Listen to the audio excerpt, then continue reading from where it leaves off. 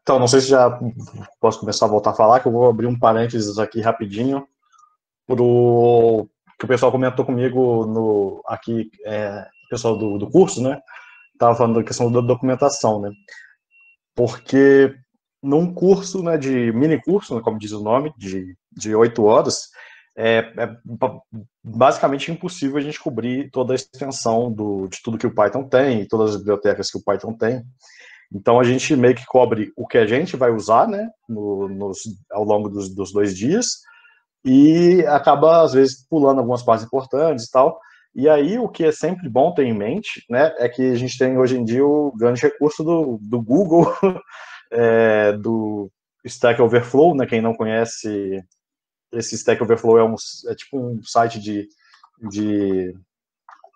tirar dúvidas sobre programação, que inclusive agora tem em português, para quem ainda não tem o domínio do inglês. Então, esse site aqui chamado Stack Overflow tem muitas dúvidas, por exemplo, se eu colocar aqui for Python, aí vai ter aqui várias pessoas, alguém faz a pergunta, como que eu uso for no Python? Aí várias pessoas podem responder, vão respondendo, enfim. É um site bem interessante, talvez muitos já conheçam, porque qualquer busca no Google que você faz de programação acaba caindo nesse Stack Overflow, então ele é muito bom para isso. E tem a documentação do próprio Python e das bibliotecas, né? Então, no caso aqui do Python, eu peguei, por exemplo, na documentação oficial, né? O site oficial do Python é esse aqui, python.org. E aí na documentação eu coloquei esse control flow, que é o if, né, no caso, e o for são exemplos dessas estruturas de controle. E aqui ele explica mais ou menos tudo que a gente tinha explicado, né? Como que funciona o if, como que funciona o for. No caso aqui, ele joga um pouco diferente do Colab, ele joga no próprio Python em si. Que o Colab é tipo um programa extra, né? O Colab e o Python não são a mesma coisa. Mas, e aqui nos exemplos dele, ele joga no Python puro, vamos dizer assim. Mas é basicamente o mesmo funcionamento que a gente tinha visto antes, né? Se o if, ele faz o exemplo aqui com esse número 42, e aí ele faz um exemplo de for, enfim, na documentação do Python tem muita coisa, e na documentação do NumPy também tem muita coisa. Eu abri aqui o site do NumPy, numpy.org, eu venho aqui na documentação, e aí eu procuro, a gente estava vendo o Linspace, né? Eu tinha mostrado. E aí eu procuro aqui Linspace, ele vai aparecer. A documentação do Linspace vai falar o que é cada um desses parâmetros, né, que a gente poderia ter usado, e vai colocar exemplos também, inclusive exemplos com gráfico, depois que a gente tiver na parte de gráfico, ele também joga exemplos com gráficos de uma vez. Então, isso é bem interessante sempre ter essa questão da documentação, né? Buscar a documentação das bibliotecas e do Python e sites de tirar dúvidas, que o exemplo que eu dei era o Stack Overflow. E aí, voltando ao curso, acho que já dá para voltar, né? A programação, vamos dizer assim. A dúvida que foi da Ana Kelly era como criar uma matriz de identidade, né? Que a gente viu aqui que tem essas funções para criar uma matriz com zeros, matriz com 1, e aí como seria para criar uma matriz de identidade? No Python tem isso, já vem nele, que é com essa função, não me pergunte por que quiser esse nome, a função I, que é olho, né? Não sei o que olho tem a ver com identidade, mas talvez por ser letra I, né? I, enfim, se alguém descobriu por quê, me conte. Essa função I, aí você passa o tamanho e ela vai retornar a identidade do tamanho que você passou. Se eu der o print X aqui embaixo, e aí ele retorna a identidade de tamanho 5. Beleza?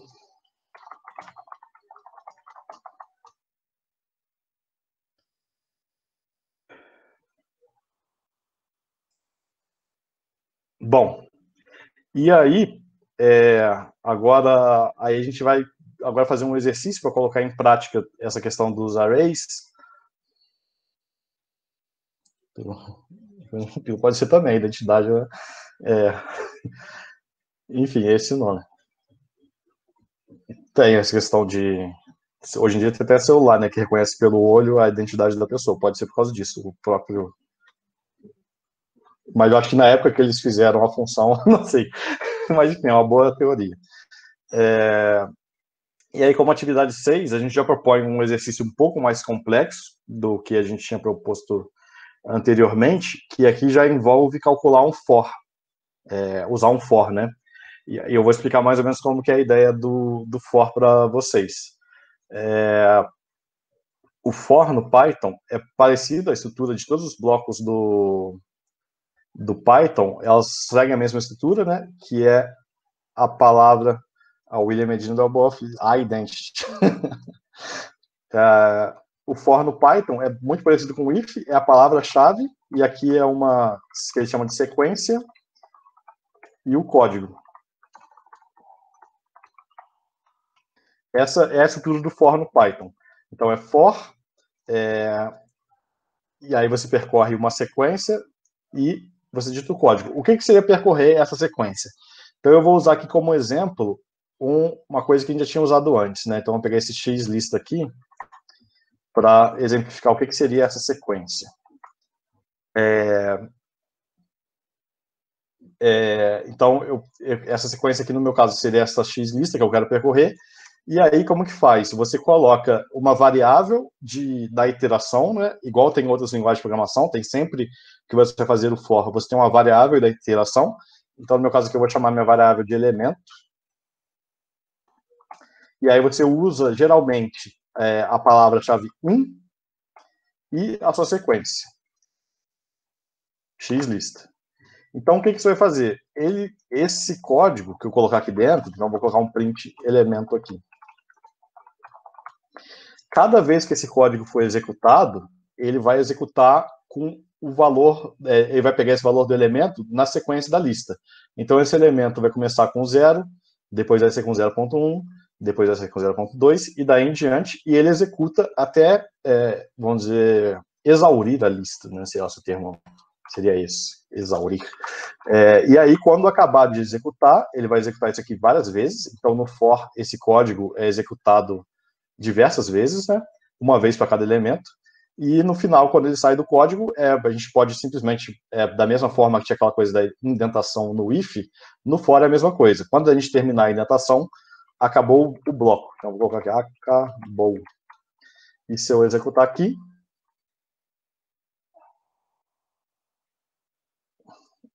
ele executou. Para cada elemento da lista, ele associou a essa variável elemento o valor que estava ali. Né? Então, você vê que ele percorreu a lista toda. Aí existem outras formas diferentes, né? Mais parecida com as outras linguagens de programação, que geralmente a gente usa um índice, né? Então, poderia ser, trabalhando com índice, a gente geralmente trabalha o índice, a gente chama de I ou J, aí vai do gosto de cada um. E aí no Python tem essa opção range, que aí, por exemplo, eu posso colocar range, quando a gente vê aqui, a gente abre a documentação, né, ele mostra, e se a gente for usando a documentação do Python, ele vai mostrar, ele fala aqui, né, que range 4, por exemplo, vai retornar 0, 1, 2, 3, ele vai retornar 4 elementos começando do 0. Então, vamos testar aqui, para ver o que significa isso. Opa. Então, ele ele pegou 0, 1, 2, 3, 4 e imprimiu na tela dessa iteração. Isso, você poderia editar o próprio dado aqui no for, né? Aí eu vou colocar como exemplo aqui, né? Que faz parte do exercício de baixo até, como que eu faço para acessar um elemento da lista, né? Eu tenho essa lista aqui, como que eu faria para acessar um elemento dela? Eu quero saber qual que é o quinto elemento da lista, né? Então, como que a gente faz? Então, vou esquecer isso aqui que eu tinha colocado. Uma coisa interessante do Python é comentários, né? Do código. Vocês estão vendo aqui que essa linha aqui de cima começa com o jogo da velha. Isso significa um comentário. Quer dizer que esse código aqui, até porque não é um código, ele não vai ser executado. Então, aqui, para eu não apagar tudo que eu fiz, eu só quero deixar salvo, eu posso comentar isso aqui. Então, ele comentou esse código e ele não vai ser executado. Se eu rodar aqui, ele não executa. E aqui eu posso ver como é que eu faço para pegar um elemento da lista.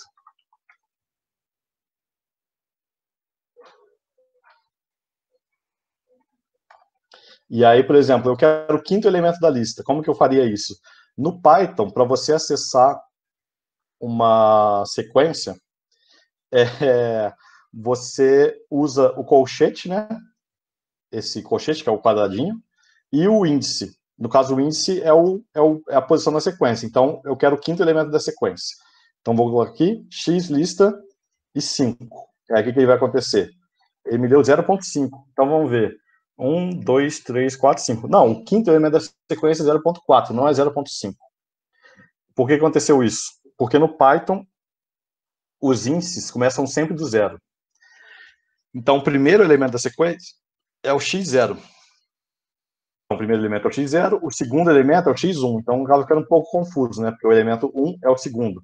Então, sempre tem que ter em média isso, em mente isso no Python, né? Que ele é baseado em índice zero. Acho que boa parte das linguagens de programação são baseadas em índice zero. Se eu não me engano, o Fortran não é, e o MATLAB não é baseado em índice 1, mas eu acho que o resto, boa parte, é baseado em índice zero. Então, agora a gente pode pegar nesse nosso for aqui. O Fortran também pode ser definido como índice zero. Aquele que eu tinha comentado, então eu posso percorrer os elementos da minha lista usando o índice, né? Posso colocar aqui índice i. E aí ele vai percorrer, no caso, os 4 primeiros elementos da lista, né? X lista, e aqui eu estou acessando o elemento i. E esse i está variando, 0, 1, 2, 3. Então é outra forma de se fazer o for. E também, no caso aqui, eu coloquei 4. Então é só pegar os 4 primeiros elementos. Mas se eu quisesse todos os elementos, saber qual é o tamanho da lista, isso a gente pode fazer com a função len. A função len vai retornar o tamanho da lista. Então, se eu fizer... Deixa eu mostrar para vocês, né? Vou comentar aqui de novo.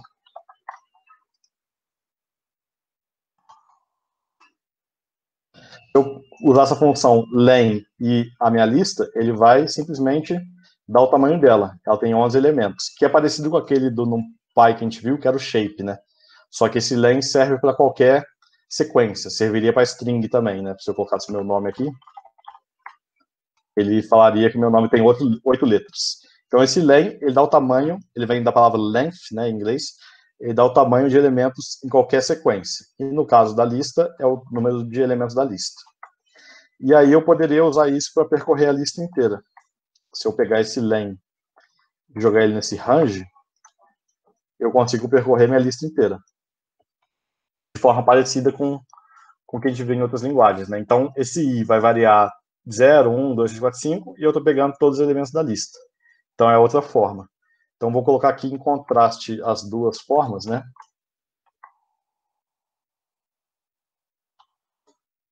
Que eu tinha mostrado, para explicar um pouco das diferenças também. Elas basicamente estão fazendo a mesma coisa, né? Imprimindo todos os elementos da lista. A vantagem de se fazer com índice é que agora eu posso editar minha lista. Vou colocar aqui que o elemento de índice i, aí vamos supor, sei lá, eu quis inventar que vai ser o próprio elemento vezes o índice ao quadrado. Enfim, estou inventando qualquer coisa aqui.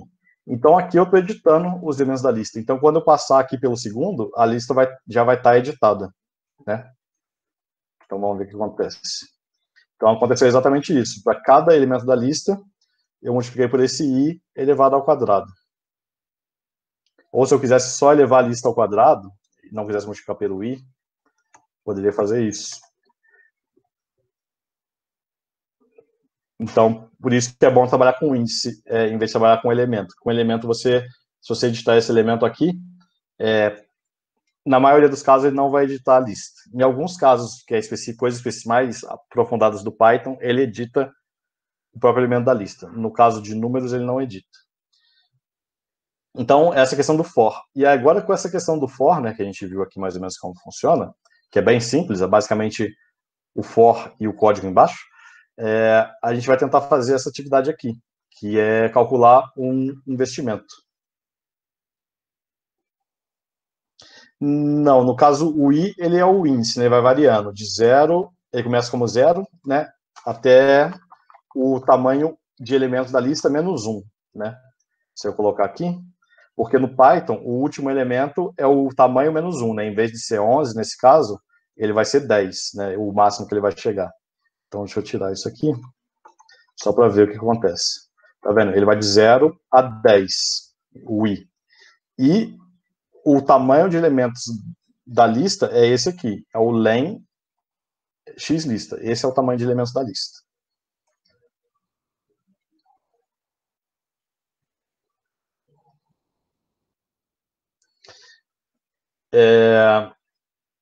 Então vamos tentar fazer isso aqui, esse exercício proposto aqui, que é uma aplicação bancária, né? Como que funciona isso?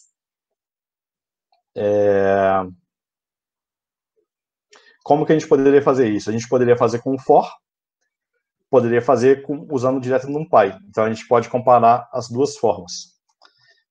Então, como que a gente pode fazer, né? No caso aqui, a nossa variável de tempo nessa equação aqui é o t. Então, o que vai variar no for é esse t. O resto todo é constante, né? O capital investido é constante e esse j, que é a taxa de juros, é constante. Então, vamos definir essas grandezas aqui. Só um instantinho, Viseu, por favor, enquanto você define aí. Então, pessoal, só para contextualizar essa atividade, o objetivo dela é fazer algo simples e aí a gente vai em cima dessa atividade, vai estendendo as aplicabilidades do Python, tá? Porque o Viseu já está mostrando aí para a gente. Mas queria só ler, por favor, a atividade, Viseu, só para familiarizar quem não chegou a ler ainda. Então, a atividade é o seguinte, sabe-se que ao realizar um investimento tem seu rendimento mensal dado pela expressão dos juros compostos aí, que a gente vê lá no ensino médio e depois faz questão de esquecer, né? E aí tá aí. Então, a expressão que a gente vai colocar no Python é essa aí, M, que é o montante, é igual ao capital, 1 mais J elevado a T. Aí estão as variáveis certinhas. Ó. C é o capital que você vai investir, J é a taxa de juros fixa para esse investimento, e o T seria o período que você investiu em meses, tá?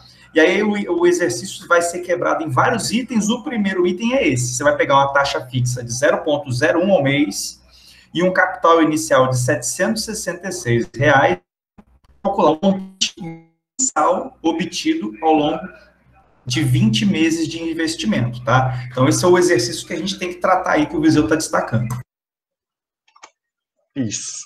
Então, aí, como a gente tinha feito no outro exercício, né, questão de boas práticas, definir as variáveis do exercício, que está aqui denunciado, 0,01 é o J, 766 é o C, pode colocar como número flutuante aqui para ficar melhor, e a gente quer calcular esse M, né? Então, como que a gente faria para calcular esse M? Então, nesse caso aqui é bem simples, que a gente quer calcular só o valor final, seria basicamente escrever essa equação na sintaxe do Python.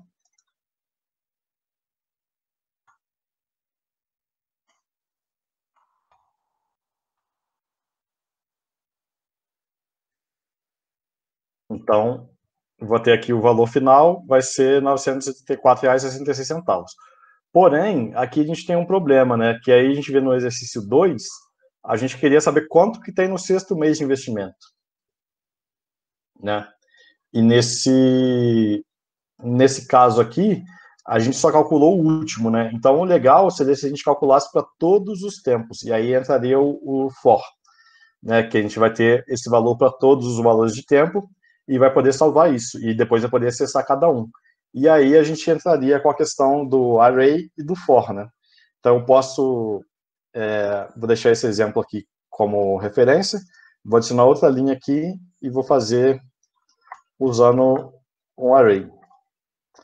E aí eu posso inicializar o meu array que a gente já tinha visto antes, com zeros, e aí eu vou colocar aqui o tamanho do array de zeros é o tempo total. Então ele vai começar esse M, vai ser tudo zero, e aí eu posso fazer, calcular aquela minha fórmula que eu coloquei aqui em cima, para cada valor de t, em vez só do valor final. Então eu posso colocar aqui for t, que é o nome da minha variável que eu escolhi aqui, e aí a gente usa aquela função range, né, para todos os meses. E e aí eu posso calcular para cada elemento do meu array, eu posso colocar aqui o valor do array para aquele tempo t, ele vai ser aquela minha formuleta que eu tinha ali, só que agora o tempo está variando, né?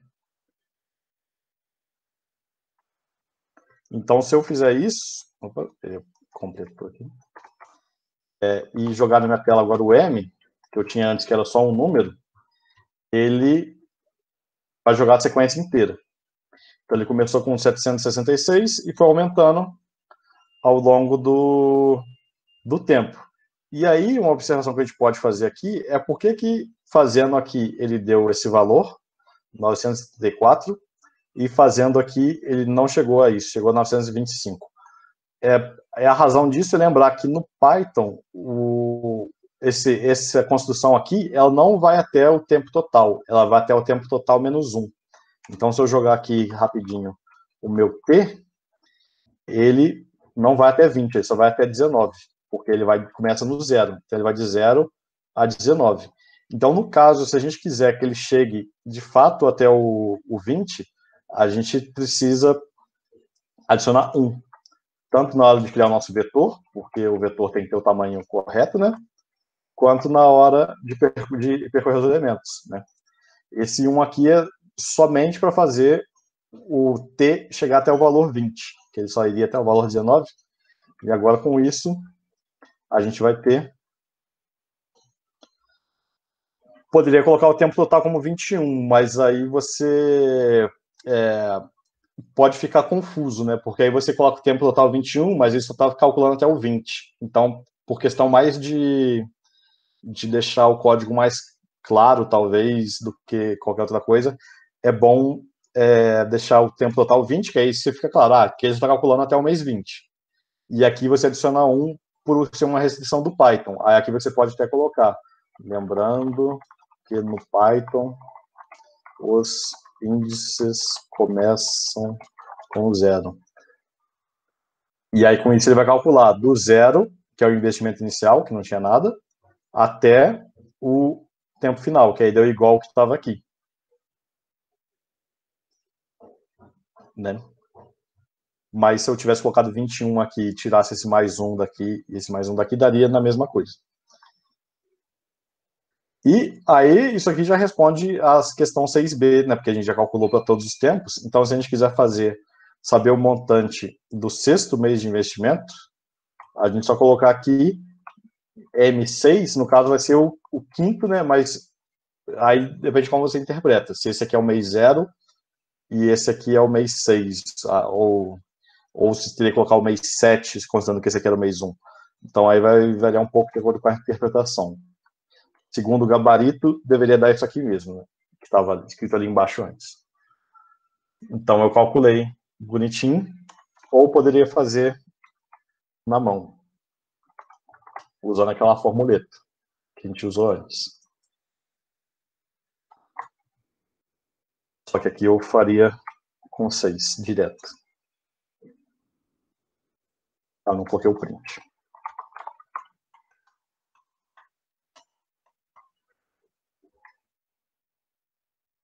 Então, deu exatamente a mesma coisa.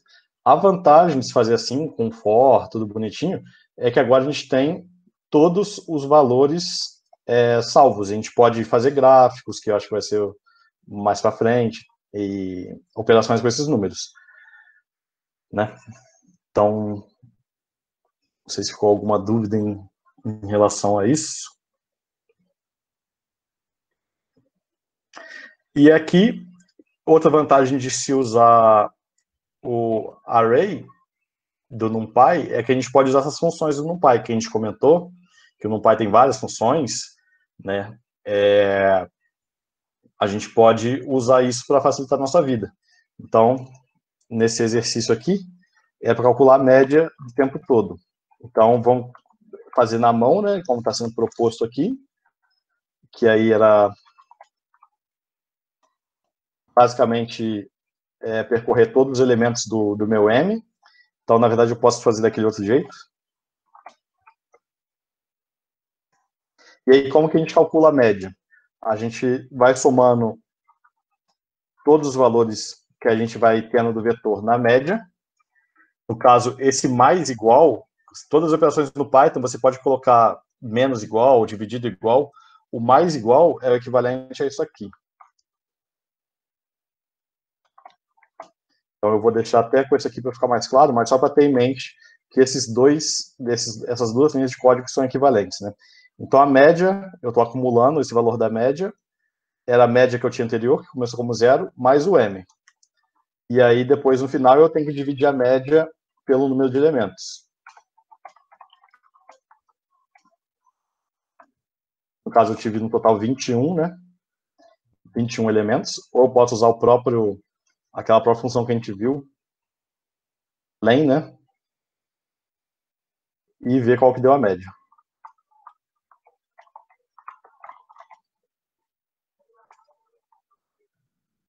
Então, a média dos investimentos ao longo desse tempo todo foi R$847. E aqui, a outra sugestão é usar essa função do NumPy, né? Que o NumPy já tem uma função que calcula a média para a gente, que é esse np.min. Então, eu posso fazer de novo a mesma coisa aqui.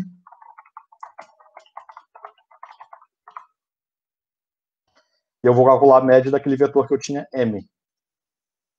E aí, se eu fizer a média num pi aqui,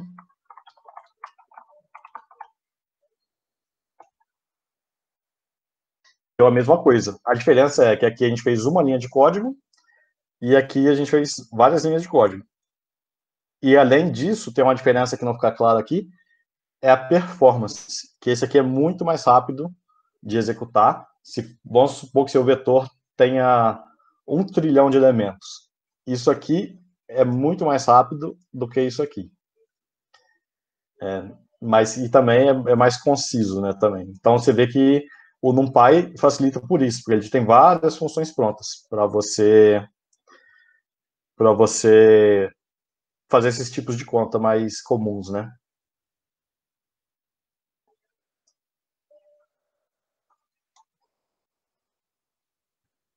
Bom,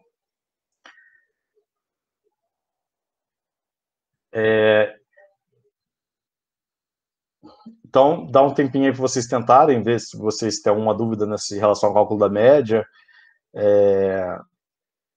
e como que seria por outras funções, né, do NumPy que vocês poderiam testar aqui, e aí vocês podem ver pela documentação, né, que eu tinha mostrado, que é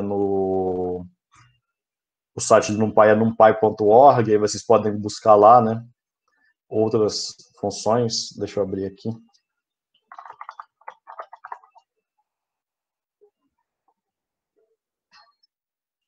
Quando a gente vem no numpy.org, se a gente for lá na documentação e buscar aqui a média, né, que a gente fez, ele vai estar aqui, né, o que a gente usou, e vai ter aqui na parte que a gente está, tem a parte das estatísticas. A gente clica aqui em Statistics. Então aqui tem várias funções de estatística que a gente poderia ter usado, não só a média. E aí vocês podem testar também, qual que seria, em vez de eu querer saber a média, eu queria saber o desvio padrão. Que aí tem aqui, né, o Standard Deviation, esse STD, pela própria documentação do NumPy. Eu vou jogar essa página que eu estou no chat, para caso vocês queiram já achar mais rápido.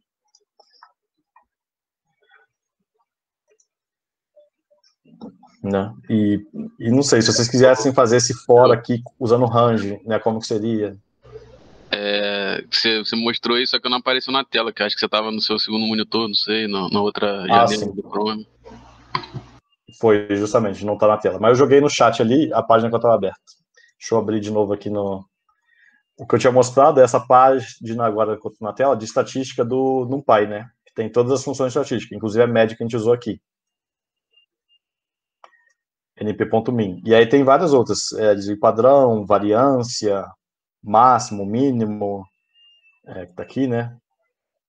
Enfim, tem dezenas de funções estatísticas também que a gente poderia ter usado, mas no caso aqui só testar algumas, né? Variância e tal. E talvez vocês podem testar também outras formas de calcular a média usando o loop, né? Usando o loop pelo índice, que seria diferente? Como que seriam essas variações?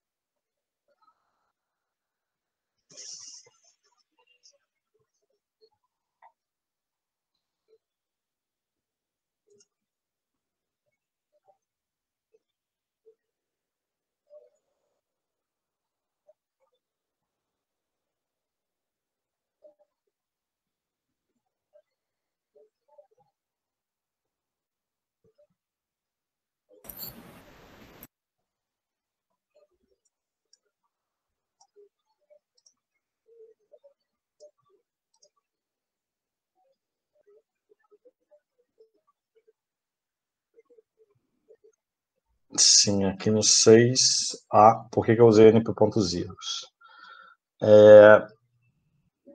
Bom, então, respondendo a dúvida aqui do Lucas, eu usei o np.zeros aqui porque no NumPy, quando você vai criar um array, você já tem que criar ele com o tamanho que você quer. Eu não sei se nesse meio tempo que eu tinha dado a pausa, o pessoal explicou as outras funções do NumPy para criar arrays, né, que vocês foram testando. Existiriam funções melhores para fazer isso aqui, que seria a np.empty, que ele criaria um array vazio, em vez de um array com zero. Mas eu usei os zeros porque dá basicamente na mesma coisa, né? Quando ele criar esse array, ele vai criar um array todo vazio, que eu vou jogar aqui na tela, todo com zero, e depois eu vou preencher. A única coisa por que eu usei esses zeros é porque eu tenho que criar já o array antes de usar ele. Eu não posso criar o array vazio, sem nenhum elemento, e depois preencher.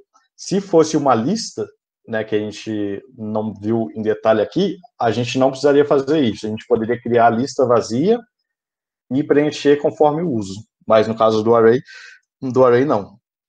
A gente tem que criar o array já do tamanho que a gente quer. Aí os zeros aqui é só uma escolha arbitrária, podia ser qualquer função, ones, não sei, qualquer... Isso.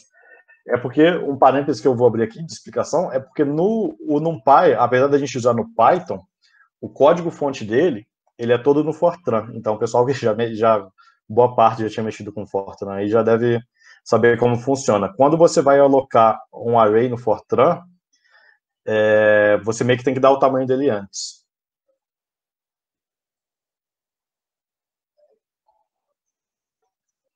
Sim. Aí a Aline perguntou aqui se eu poderia ter colocado M índice 7, em vez de colocar M índice 6. Poderia ser, aí vai depender do que você quer dizer com mês 6, né? Se você quer dizer o mês 6 é o de fato onde o investimento começou a render, que, por exemplo, o mês 6 ele começou a render, o investimento começou a render aqui. Aí, de fato, o mês 6 seria o índice 7. Mas se eu quiser dizer que o investimento começa aqui, o mês 6 seria o índice 6. Isso é uma questão mais conceitual. Mas você tem razão que quando você coloca o índice 7, é o sexto, é o elemento de índice 6, né, vamos dizer assim, no Python, tem essa confusão.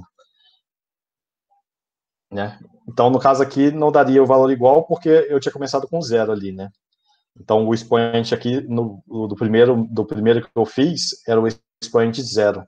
Então, nesse meu caso aqui, não daria igual. Se eu jogar aqui, ó, ele não deu igual, porque eu comecei com o índice 0. É uma questão conceitual, mas...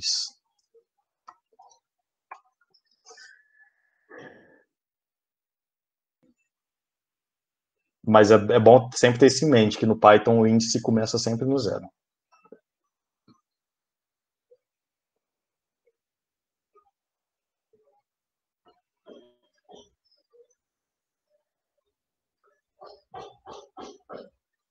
Essa questão filosófica, meus amigos e Viseu, é interessante porque, exatamente, se você se você fizer uma análise do problema como pensar em montante, quer dizer, o quanto de dinheiro você conseguiu ganhar ao fazer o investimento, o primeiro mês, de fato, é aquele que começa a ganhar um dinheirinho, né?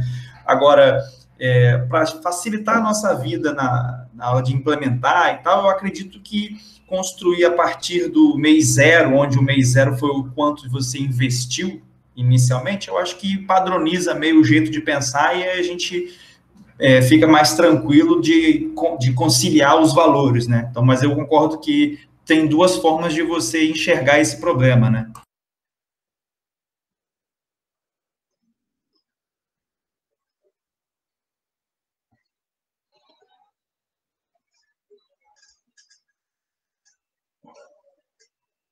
Bom, então vou prosseguir aqui para o 6D, que é a questão do... Se eu quiser um intervalo, né? Que a gente viu agora como que pega um índice específico, né? Igual essa discussão que a gente teve agora do mês 6, eu peguei um valor específico. E se eu quisesse vários valores, como que eu faria isso? Então, aí o que propõe aqui esse exercício é somar a soma dos montantes dos meses 5, 6, 7, 8, 9 e 10. Então, vamos testar aqui. Como que a gente poderia fazer isso? Bom, primeira forma seria o jeito não muito esperto, que seria pegar os índices e somar. Então, já repito que isso aqui não, vocês nunca devem fazer isso no código de vocês, é só para fins ilustrativos.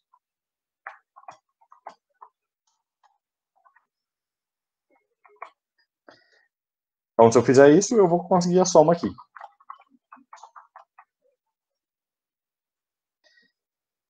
Funcionou, mas é um trabalho muito grande, né? E se eu quiser do mês 6 ao 11, aí eu teria que mudar meu código. Então, não é muito bom. Uma alternativa que a gente poderia ter é fazer parecido com o que a gente fez ali para a média, usar um for. Então, se eu quiser aqui fazer um for, então eu começo aqui com vou fazer na linha de baixo. Eu começo com a soma zero e depois eu vou percorrer. O meu índice, ele vai começar do valor 5. Isso aqui é uma coisa que eu não tinha mencionado desse range, é que você não precisa começar do zero, né? Você pode começar de um valor qualquer. Para fazer isso, eu coloco o valor que eu quero começar e o valor que eu quero terminar. Então, se eu quiser de 5 a 10, não é assim, porque, lembrando que o range, ele não vai até o final, ele vai até o final menos 1. Então, se eu fizer isso aqui, só para testar, vocês vão ver que ele vai de 5 a 9. Então, é outra coisa que sempre tem que ter em mente no Python, que quando a gente trabalha com intervalos, de uma forma geral no Python, é aquele negócio da matemática, né, do intervalo fechado na esquerda e aberto na direita. Então, praticamente qualquer coisa no Python que você trabalhe com intervalos, ele é assim, ele é fechado na esquerda e aberto na direita. Aberto na direita significa o quê? Que o último termo, ele não é incluído. Ele vai até ele, mas não conta ele. Então, se a gente quiser pegar do 5 ao 10, a gente tem que ir até o 10 mais 1, no caso 11. Né? E aí a gente pode ir acumulando na soma. Soma era igual à soma que eu tinha antes, mais o meu montante desse índice I. E aí eu posso jogar aqui embaixo a minha soma, que deveria dar a mesma coisa. Eu coloquei soma.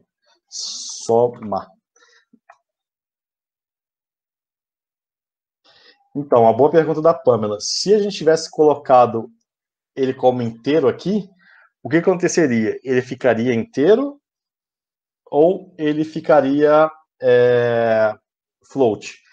Nesse caso aqui, Pamela, ele vai fazer aquela coisa que a gente testou antes da conversão, né? Se a gente somar um inteiro com um float, ele vai dar um float. Então, quando entrar aqui, a primeira soma que ele vai fazer, isso aqui é tudo float, né, esse M, ele já vai virar float. Então, se você ver, se eu testar aqui, ó, com esse soma, ele vira um float no final das contas, ele faz a conversão automática. Int mais float é igual a float. Então, isso é outra coisa a tomar cuidado também, que às vezes a gente quer um int, ele vira um float. Então, outra coisa para tomar cuidado. E a pergunta da Ana Kelly, você poderia simplesmente colocar o 11 aqui. Poderia colocar o 11 direto aqui. Só que eu coloquei de propósito o mais 1, porque eu quero agora transformar isso em variável, né? Se eu quiser fazer, por exemplo, o início é igual a 5 e o fim é igual a 10, eu posso substituir aqui, né? Nesse range que eu tinha, ele vai do início ao fim. E aí, devido a essa questão do intervalo ser aberto na direita, eu tenho que colocar o mais 1. É por isso que eu tinha colocado mais 1. Mas se você tivesse colocado o 11 direto, também daria a mesma coisa.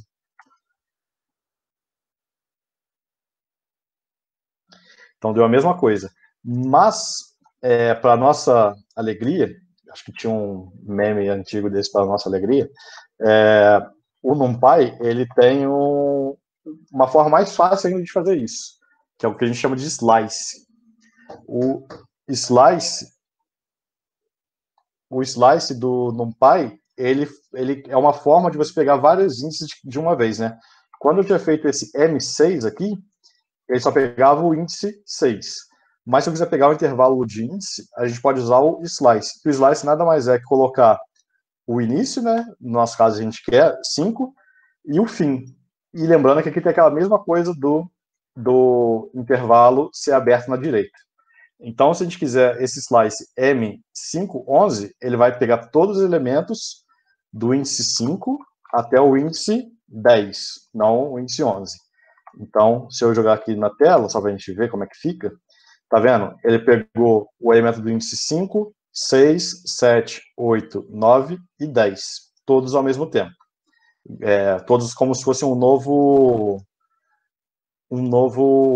array. Na verdade, não é um novo array, é o mesmo array que a gente tinha antes, só que ele só selecionou os elementos. E aí, a gente pode usar, como a gente já visto na documentação lá do NumPy, né? Que a gente tem um min, a gente também tem um sum. Eu posso fazer o sum e calcular tudo de uma vez. Então, aqui eu estou calculando já a soma do 5 ao 11. E para ficar mais chique ainda, eu poderia pegar esse início, jogar aqui, e o fim, e jogar aqui. Então, ele vai somar todos os elementos do início até o fim. Aí eu coloco mais 1, porque o intervalo, mais uma vez, ele é aberto na direita.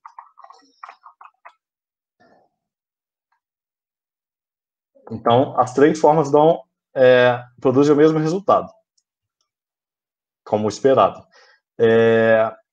Então, o Python tem essas pegadinhas, né? Que, às vezes, quando você está vindo de outra linguagem, você não está acostumado. A questão principal é do índice começar no 0, e a outra questão é dos intervalos serem abertos na direita. Então, a gente acaba cometendo muito erro, né? Comum, esse tipo de erro, de esquecer disso aqui, de que que o intervalo é aberto na direita. Mas com o tempo você acaba se acostumando e usando isso sempre. Por que eles fizeram essa questão do intervalo aberto na direita? Tem a explicação de que se você fosse trabalhar com vários intervalos na sequência, você poderia usar os mesmos índices em todos os intervalos e eles funcionariam, né? O que eu quero dizer com isso? Se eu quiser fazer, por exemplo, 3 ao 6, e aqui embaixo, do 6 ao 9. Como o índice ele é aberto na direita, isso aqui vai funcionar, porque o 6 ele não vai entrar aqui, mas ele vai entrar aqui. Então é por isso, essa é a justificativa do criador do Python, do porquê que ele fez o intervalo aberto na direita. Então, se alguém acha isso uma má ideia, pode mandar um e-mail lá para ele reclamando, que isso causa muita confusão. Dúvida do Rodrigo Bijani? Não, Viseu, você acabou de responder a minha dúvida. Você está tão à frente desse mundo contemporâneo nosso que você já até anteviu a minha pergunta, então já muito obrigado pela resposta. Sim. Aqui, Viseu, e se quando você faz o slice, né, do M, início e fim, o tipo do M é uma lista ou um array? Porque pela representação ali do print, tá como os colchetes, né? Que representa uma lista, né? Sim. Isso é uma boa pergunta. Esse meu M aqui é um array. E o slice funciona tanto para lista quanto para array, né? Se eu tivesse feito aquele meu X lista, deixa eu resgatar ele, né? estava lá em cima. Não, tem tempo já. Ele funcionaria da mesma forma. Cadê? Deixa eu achar de novo meu código. Eita. Vou pegar esse meu... Opa, deixa eu jogar o xlist aqui em cima, só para exemplificar. Ele funciona igualzinho. Vou pegar o 8, por exemplo. Ele vai imprimir da mesma forma. Agora, o porquê que ele imprimiu com colchete? Isso é uma questão também um pouco mais profunda, é que esse objeto do NumPy, o array, ele tem uma conversão para string automática. Então, quando você faz a conversão string automática dele, quando você dá um print, ele está fazendo essa conversão automática da string, né? Se eu jogar aqui print m, embaixo, tá vendo aqui que saiu, ele converteu para uma string e ele botou o colchete bonitinho, porque ele converteu para a string da forma dele. Se eu jogasse só o m direto aqui embaixo, né, que funciona no Colab, ele não faria essa conversão automática. Ele jogaria a representação do m, que é basicamente a mesma coisa, que tem uma diferença. Então, se eu jogar aqui embaixo o m, sem o print, você vê que ele fica diferente. Mas é o mesmo objeto. Só a forma de transformar na string, porque tudo quando a gente joga no print, o Python tem que transformar na string, que o print só serve para string. Então ele converte automaticamente para a gente, né? Quando eu tinha feito o print m. Então, deixa eu jogar na cela de baixo para ficar mais claro, né? Mas é algo que não é muito importante. Se eu jogar o print m e se eu jogar o m, dá diferença. O print m, ele coloca mais bonitinho, e o m puro, ele joga com essa questão de array. Isso a gente tinha visto antes, quando a gente trabalhou com string, né? Talvez ninguém tinha percebido. Se eu fizesse o S aqui, Fernando, e colocasse o print S e o S, quando eu der o print, ele não mostra a aspas. E quando eu não der o print, ele mostra a aspas. Então é uma diferença bem sutil, mas essa é a explicação.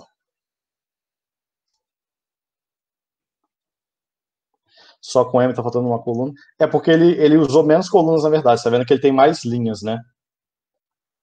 Ele tem 1, 2, 3, 4, 5, 6 linhas, e aqui só tinha 5. 1, 2, 3, 4, 5.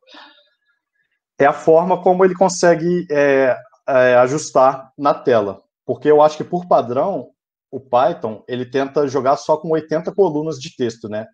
A largura do texto, ele tenta jogar com 80. Então, como aqui ele começou com esse array no início, ele teve que usar mais linhas, né? Mas você vê que é a mesma coisa, tá vendo? Que ele termina no 934, todos os elementos estão aqui. É só a questão que ele joga, a forma que ele joga na tela. Que ele precisou de mais uma linha e menos uma coluna. Então, aqui a gente cobriu essa questão do slice, né? Que era a proposta do exercício, de como você pegar vários elementos de uma vez só. Isso aqui é muito útil, a gente vai ver talvez na próxima aula.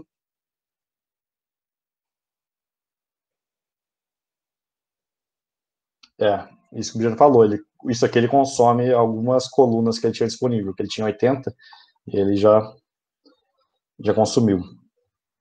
E agora, talvez uma parte mais interessante, é a gente conseguir visualizar isso, né? Porque quando a gente pega esses arrays e a gente vê esse monte de número, isso não quer dizer muita coisa pra gente, né? A gente gosta de gráficos que facilitam o entendimento. E aí a gente vai, já no item 6E, a gente vai partir para essa questão do gráfico, que a gente usa essa biblioteca chamada Matplotlib. Que no Python existem, na verdade, várias bibliotecas para visualização. O Matplotlib é uma muito antiga, que ela foi feita na época para copiar o MATLAB, né? Que na época o MATLAB era muito popular, então todo mundo queria usar o MATLAB. E aí, para o Python conseguir ganhar os usuários do MATLAB, eles fizeram essa Matplotlib, mais ou menos tentando copiar o MATLAB, né? Que o MATLAB era pago e o Python era gratuito. E aí, por isso que muita gente acabou usando ela, ficou muito popular por causa disso. Mas existem outras alternativas, só que a gente vai tratar dela aqui. E aí, no caso, da mesma forma que a gente tinha aquela convenção do NumPy de importar como NP, né? Import as NP, No Matplotlib, a gente importa como PLT.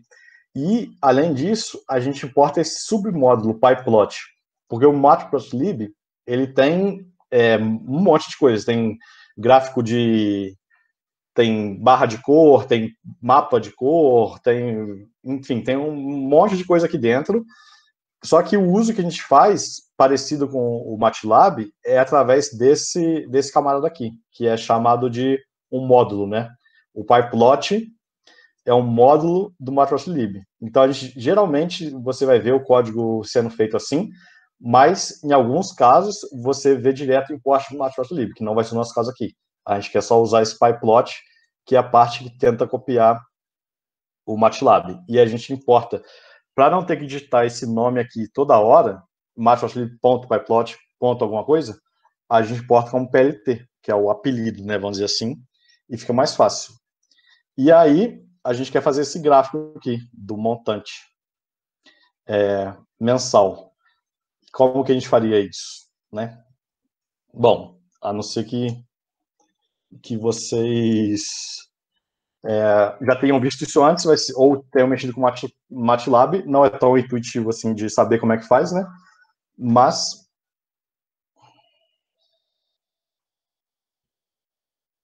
sim, tem alguns casos, né? A dúvida da Pamela é bom, porque tem alguns casos, não sei se não vou saber dizer se é o caso específico do Matplotlib, é que quando você está importando a biblioteca, muitas coisas ele tem que rodar código, ele tem que carregar bibliotecas em outras linguagens, que é o caso do NumPy, ele carrega coisas em Fortran e tal. E se você importar específico a biblioteca que você quer, você ganha em performance e ganha talvez em consumo de recursos. Eu não sei se chega a gastar memória a mais ou não. Isso é uma coisa que depois eu vou investigar. Mas ele fica mais otimizado sim, você importando só o que você quer. Isso acontece muito na outra biblioteca do Python, que é o SciPy, que é a biblioteca científica, que é, vamos dizer, a biblioteca prima do NumPy. O SciPy você sempre só importa o que você quer.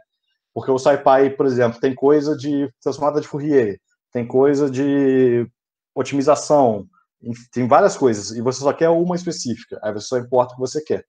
No SciPy é mais feito assim. E no Matplotlib a gente só importa esse PyPlot. Diga aí, Rodrigo Bijani. Meu querido Viseu, só uma dúvida. No caso, você está importando a Matplotlib PyPlot como PLT. Se eu quisesse, por exemplo, importar uma única função do Matplotlib.pyplot, por exemplo, uma função que vai fazer o gráfico nosso aí, como que seria a sintaxe? Excelente pergunta. Parece até que foi combinado antes, mas não foi.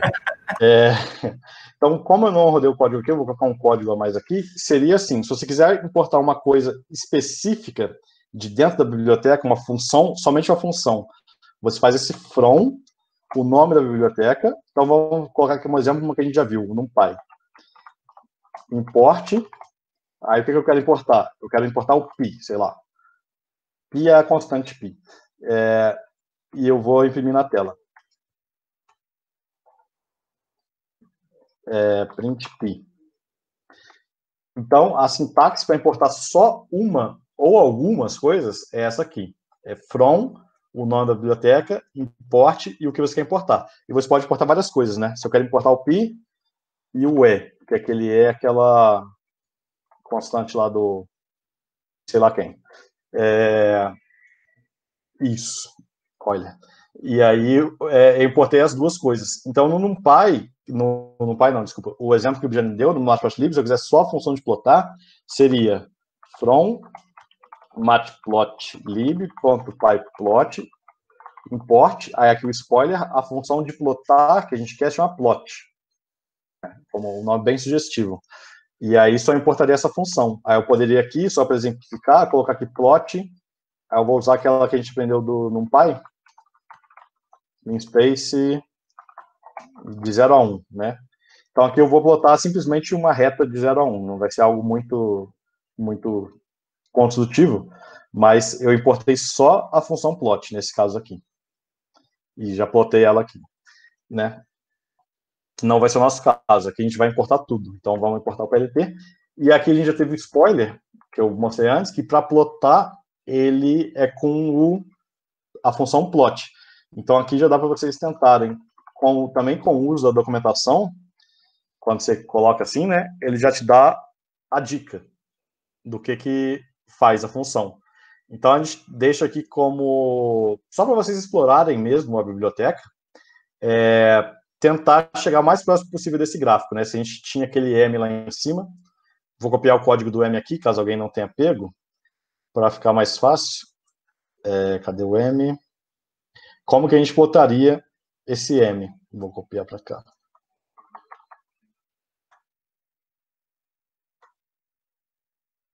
Do jeito que está ali no gráfico. Vou jogar uma célula aqui em cima. Mário tem uma dúvida. Opa, é uma questão dessa parte de importar, que você tudo bem está fazendo importando só uma função específica. Aí tem essa questão de importar tudo, né? Aí nessa questão de importar tudo tem acho que é o import matplotlib.pyplot, né? Que seria tudo, mas tem aquela questão do asterisco também. Qual que é a diferença? Como é que usa? E não sei se é relevante aqui, né? Mas é uma questão pessoal, assim, que tinha. Sim. Então, isso que o Mário falou, não tô querendo zoar ele, mas não é considerado uma boa prática, né? Que é isso aqui. Então, vou usar o exemplo do NumPy. Import asterisco. Quando você faz isso, ele vai pegar tudo o que tem dentro do NumPy e vai importar sem dar o apelido, né? Então, eu poderia fazendo assim, eu poderia colocar, sem usar aquele np ponto que eu estava usando antes, né? Se vocês se lembrarem, eu poderia fazer tudo direto, sem precisar colocar o np antes. Então, poder fazer o seno do x e etc. Importando tudo direto. Isso não é considerado uma boa prática, porque isso acaba colocando um monte de variáveis com nomes que você não sabe o que ele está importando. Quer dizer, ninguém deve saber tudo que tem no NumPy. Então, ele está importando um monte de variáveis aqui, que você não tem o controle sobre elas, e pode ter alguma coisa com nome igual do que você vai usar. Vamos supor que eu tinha criado uma função, uma variável que o nome era esse aqui. Então, você acaba tendo uma sobreposição de nomes. Então, isso é perigoso. Então, não é recomendado fazer isso, apesar de parecer mais fácil, né? Ele funciona da mesma forma. Parece mais fácil, só que não é recomendado fazer isso. Então, vou apagar essa célula para vocês não verem isso. E aí, a sugestão aqui do exercício é tentar plotar esse M que a gente criou antes, como que a gente plotaria ele. Usando essa função plt.plot.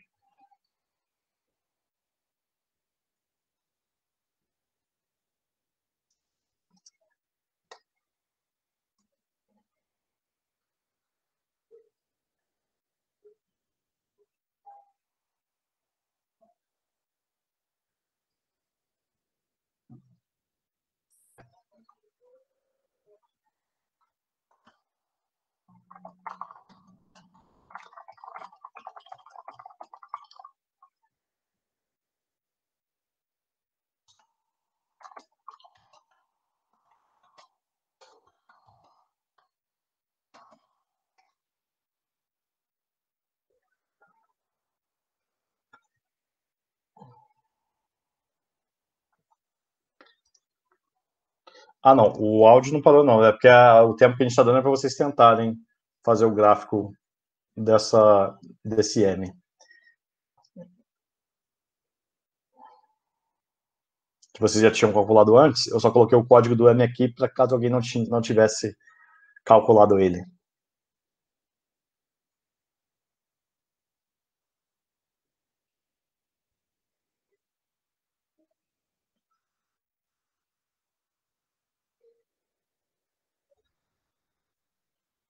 Dá alguns minutinhos para vocês fazerem.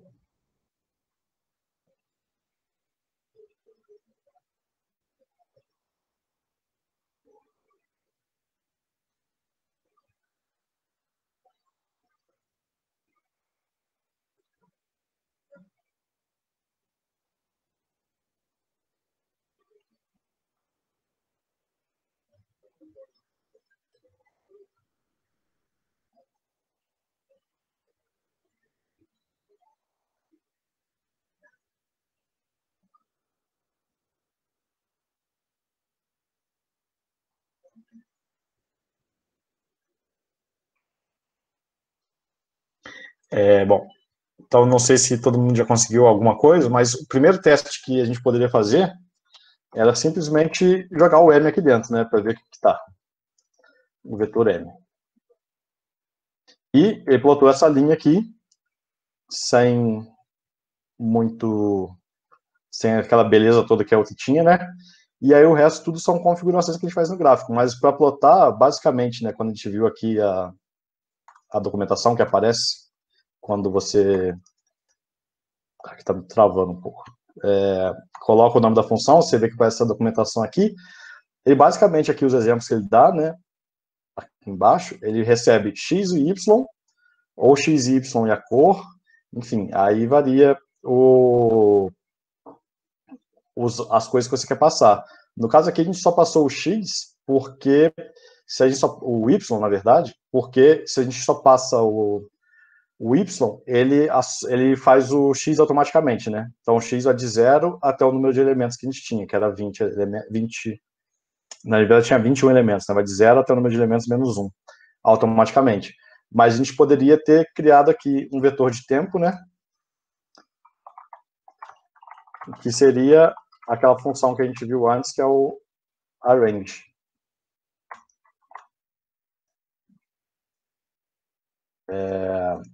Então, vou rodar de novo aqui, e agora eu vou passar o meu x junto com y. No caso, aqui vai ficar a mesma coisa, nesse exemplo que a gente deu. Mas eu passei o x e y, e aí, nesse gráfico, a gente pode digitar várias coisas, né? Como eu havia dito, pode digitar cor, a gente pode passar aqui uma letra para representar a cor, aí tem um código, né, do NumPy, por exemplo, o R é vermelho, então se eu quiser trocar aqui para vermelho, é só colocar R. E eu posso trocar um marcador, né? No caso aqui ele está plotando com linha. Se eu quiser trocar para bolinha, por exemplo, no Python é O. Se eu jogar aqui RO, ele vai plotar com bolinha. Mas aí você vê que ele perdeu a linha. Não, perdeu a linha no sentido de não ter mais a linha, não no outro sentido de perder a linha. E aí eu poderia colocar aqui, se eu quisesse manter a linha e a bolinha, eu poderia colocar aqui LS. LS significa Line Style. E aí eu coloco o Line Style, esse traço, tudo no Matplotlib é meio que com código, né? O R é vermelho, o O é bolinha, e o traço significa linha contínua. Então, agora ele tem a bolinha e a linha contínua. Então, eu não sei te dizer a diferença, Pamela, do R e do Python. O R eu sei que é muito usado para estatística, né? Que ele tem, eu acho que ele foi desenvolvido para isso. E realmente falam que a visualização do R é muito boa. Inclusive, tem algumas coisas do Python que tentam copiar a forma de visualização do R. Eu não me lembro agora o nome da biblioteca, mas ela tenta copiar um pouco a do R. Eu não vou saber dizer porque eu nunca mexi com R. Se eu puder dar um toque. Assim, eu também não sei, não. É só um toque que acho que foi uma questão interessante. É que, por exemplo, a gente vê entre o Fortran e o C, né, que o Fortran é uma linguagem mais acadêmica, né, foi feito, né, para ter uma sintaxe mais acadêmica, e o C foi feito para um propósito geral. Eu acho que deve ter uma relação similar, né, que o Python acho que tem essa tendência de não ser tão acadêmico. Eu acho que começou um pouco mais acadêmico, mas começou aos poucos a migrar para um propósito geral, enquanto o R acho que ainda tem uma tendência muito forte acadêmica, assim, principalmente para estatística, né, como o Viseu falou. Isso. Então, essa questão do lado do LS é só o tracinho, né, que o tracinho representa a linha contínua. Se eu quisesse, por exemplo, linha pontilhada, aí isso aqui a gente tem que meio que ver na documentação do NumPy, porque são centenas de combinações possíveis, mas algumas que eu sei de cabeça é que 2 pontos é pontilhado, né, se eu colocar aqui LS igual a 2 pontos, ele vai plotar com a linha pontilhada, tá vendo? Pontinho, pontinho. Enfim, aí tem... Meu computador tá até ficando meio lento, não sei porquê, acho que eu rodei demais, coisa demais. E aí agora a gente pode mudar as outras coisas do gráfico, né? Além da linha em si, a gente pode, por exemplo, mudar esse range de valores que aqui o Matplotlib ele pegou automaticamente, né? Esse 0 a 20, esse 775 até 925, a gente pode mudar, né? Por exemplo, para mudar o range do x, é x lim. E aí a gente pode colocar, por exemplo, de 0 a 20. E aí ele vai plotar só de 0 a 20. Você vê que ele deu até uma cortadinha mas ele plotou só de 0 a 20. A mesma coisa valeria para o y. Se a gente souber o valor do y que a gente quer plotar, né? Sei lá, de 700 a 1000.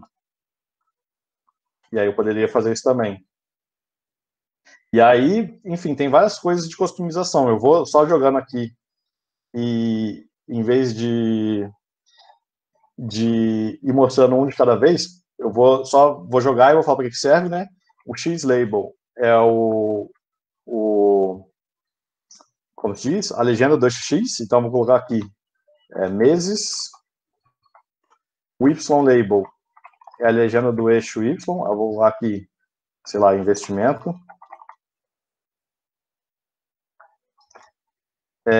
A gente pode colocar também title, que era aquele título da parte de cima, né? Isso aí. Isso aqui, por exemplo, só para exemplificar. A gente poderia também colocar grid, né? Se eu só colocar grid, ele vai aparecer aquelas gradezinhas no texto. Então, aí, com isso, todas as modificações que eu fiz, já ficou um gráfico mais bonitinho, mais informativo. Uma coisa que tinha antes era aquela legendinha. Aí pode colocar aqui label e colocar o texto que vai aparecer aqui. Não sei qual texto pode ser. Dinheiro. Não sou muito criativo, então vai isso mesmo. E aqui a gente coloca, se a gente quiser que a legenda apareça, a gente coloca plp.legend. Aí ele vai pegar isso que está aqui e vai jogar na legenda, como eu vou rodar aqui, vocês vão ver. Ele apareceu aqui, dinheiro. Enfim, então é difícil até falar de todas as customizações possíveis que dá para ter no gráfico. A gente tem um material extra, que está naquela pasta que a gente passou para vocês, que aí vai um pouco mais de detalhe cada uma delas. Aí vocês podem, entre hoje e a aula de quinta, ver um pouco mais de detalhe e tal, mas basicamente tudo que tem nesse gráfico dá para a gente customizar. Essa que é a ideia do Matplotlib. Patrimônio foi uma boa.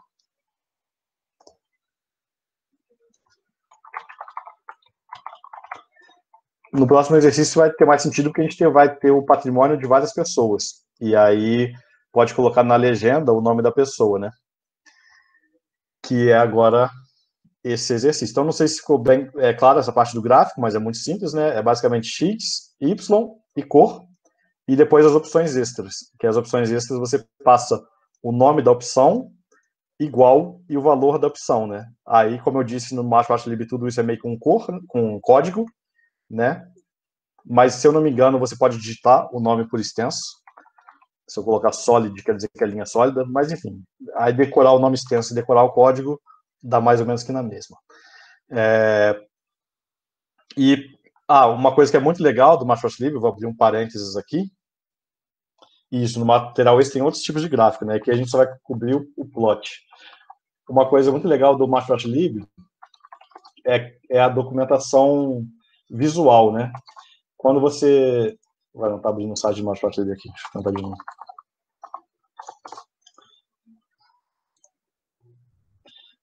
Quando você for abrir a documentação do Matplotlib, que é esse site aqui, matplotlib.org, tem essa parte aqui, Examples. Aí você clica nela e aí vai ter vários gráficos de diferentes tipos, né? Que dá para fazer com o Matplotlib.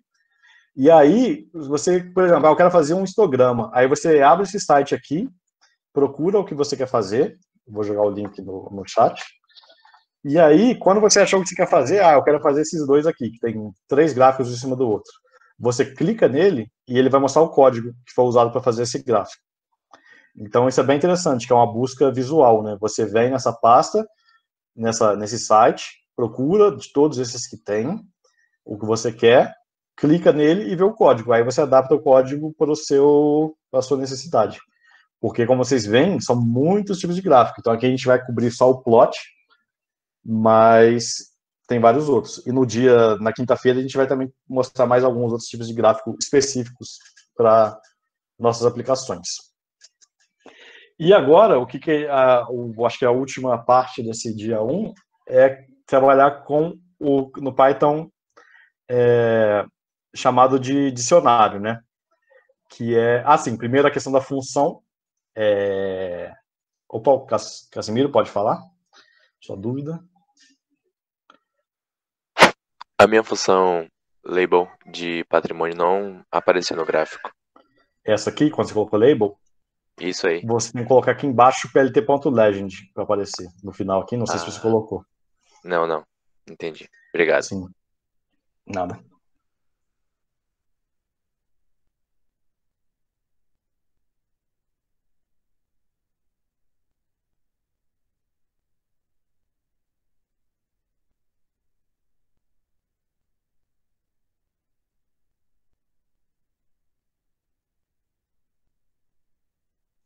Os nomes foram invenção do Bijani, né? Então. As coisas ruins eu faço, né? A ideia aqui é a gente fazer aquilo que a gente fez antes uma vez, né? Com um patrimônio e um juros e um tempo. A gente quer fazer para vários patrimônios, vários juros e vários tempos. E aí a ideia é como que a gente faz. Como que a gente pode fazer isso de uma forma mais inteligente? Porque aqui, como vocês lembram, eu peguei o código que eu tinha lá em cima, né? E copiei e colei. Então, a gente poderia fazer isso. A gente poderia pegar esse código, copiar e colar diversas vezes para cada um desses camaradas aqui, né? Por exemplo, eu vou exemplificar. E aí eu poderia fazer algo do tipo. Deixa eu adicionar uma linha de código aqui. Acho que subiu demais. Colocar aqui, eu quero o valor do Fortrâncio. Aí eu copiei o código todo e coloco aqui o valor dele. Enfim, seria algo que daria muito trabalho para fazer, copiando e colando. Então, não é aconselhável fazer isso. E para isso, a gente vai usar esse conceito de função, né? A função serve para quê? É mais uma escritura de controle, parecida com o que a gente viu do if e do for, que ela serve para você pegar uma parte do código e fazer esse código poder ser reutilizado, né? Então, a gente viu aqui essa função, no caso aqui de vocês está um pouco diferente do que eu fiz, que aqui eu tinha feito com o... Deixa eu mudar para o meu jeito.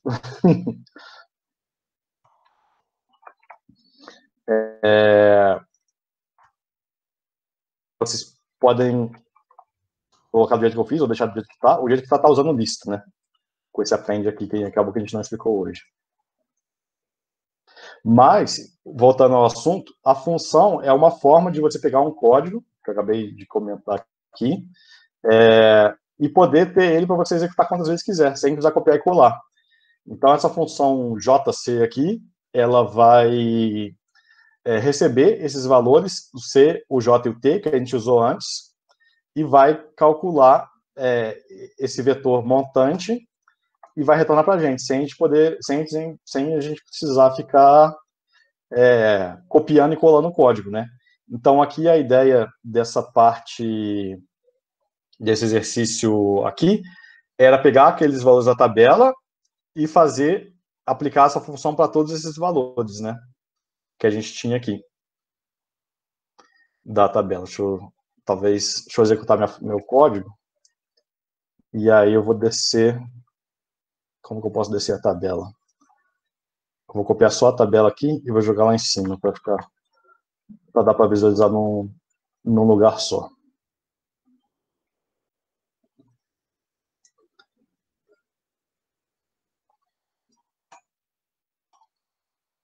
E não funcionou, que bom. O que está faltando? A barra no início.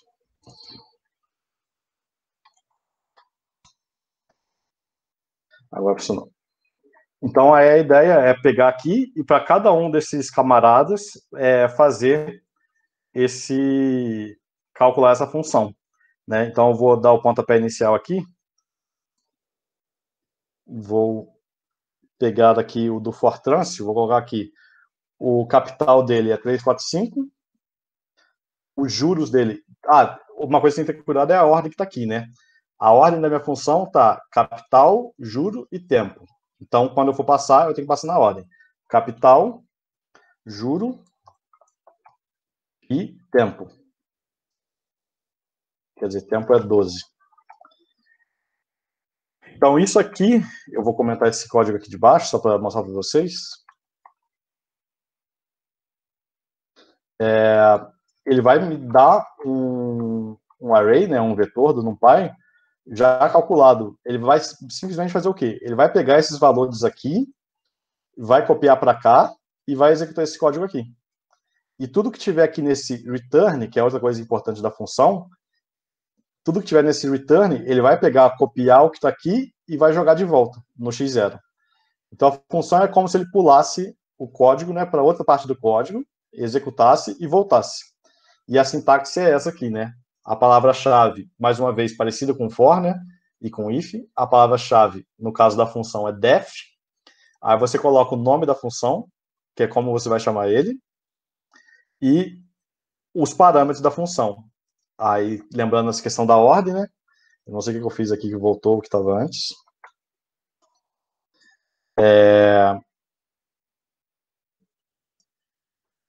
Então, o nome da função, os parâmetros e o código identado, mais uma vez.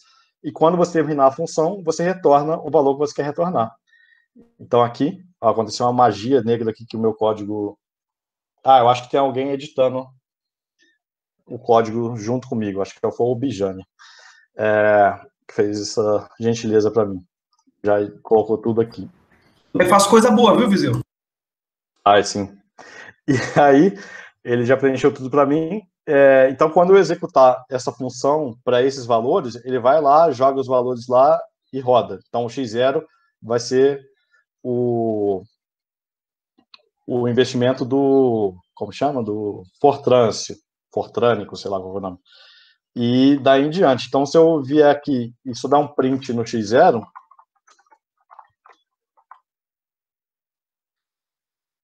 você vai ver que ele fez aquela conta que a gente tinha feito antes de uma forma muito mais simples. A gente só passou os parâmetros. E isso é basicamente da mesma forma que funciona aquele que a gente viu do NumPy, né? O NumPy Linspace. É exatamente a mesma coisa que isso aqui. Ele está executando um código, criando um array para a gente e retornando esse array para a gente. Só que aqui é um código específico nosso, que vai fazer uma coisa de nosso interesse, que é calcular esses montantes.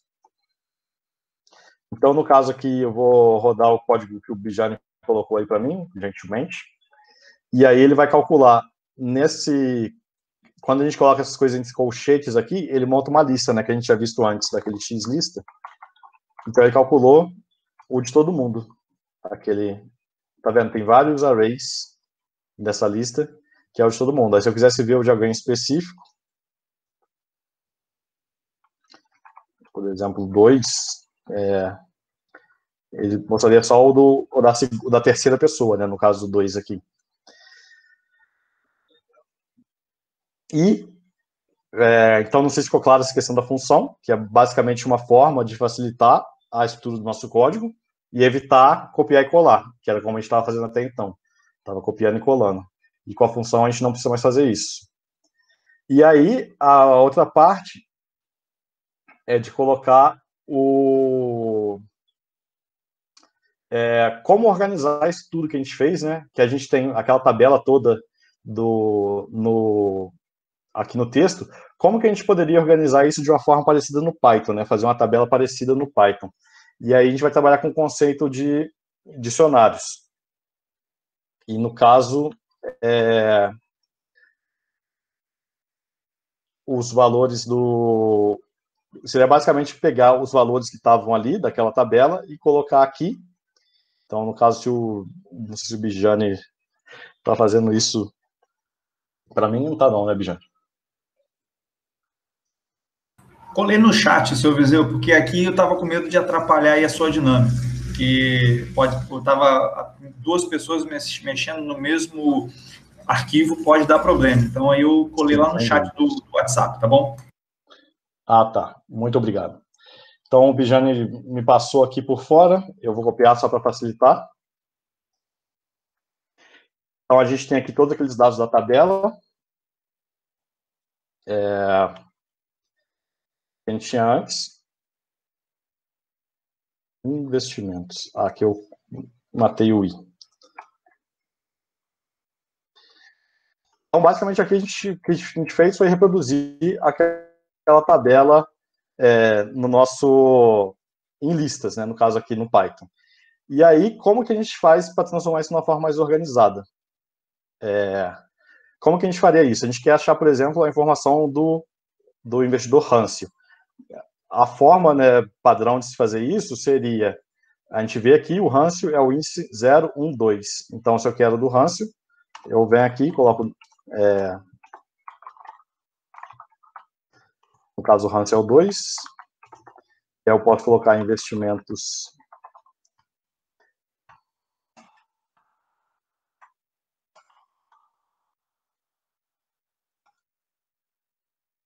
Então, aqui eu tenho basicamente tudo que tinha na tabela, né? O Rancio, o investimento, a taxa e quantos meses teve. Mas também ainda não é uma forma muito boa de acessar, porque a gente precisa saber qual que é o índice de cada um, né? Então, não é uma forma muito intuitiva.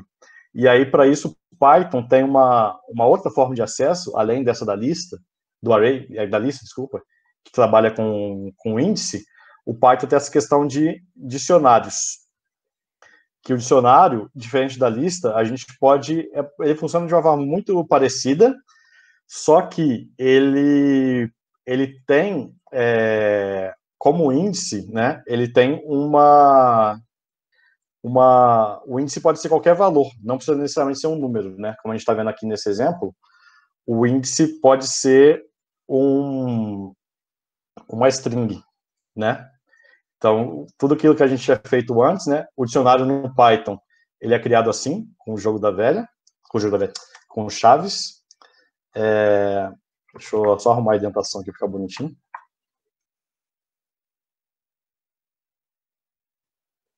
Tá bem lento. E aí, com isso, a gente cria esse objeto, né? Primeiro vou só imprimir o Rancio aqui na tela.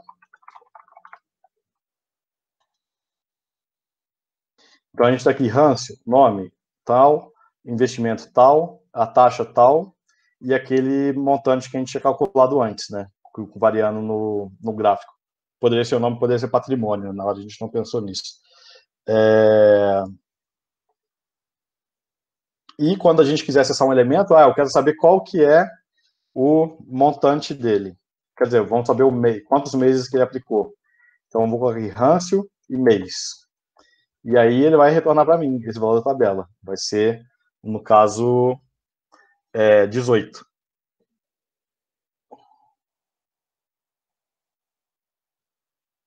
Certo? E aí, aqui como exemplo, a gente coloca para... Como a gente está um pouco apertado no tempo, eu vou fazer aqui rapidinho, né? Porque é uma coisa mais mecânica, né? E aí eu coloco o exemplo aqui para fazer para outro investidor, então vou fazer... Qual que é o nome do terceiro investidor? Deixa eu lembrar aqui. Placêncio. Se tivesse colocado os nomes mais fáceis, seria... Lembrando que no Python o nome de variável não pode ter acento. Então, por isso que eu estou colocando sem acento aqui. E aí o Placêncio é o índice 3.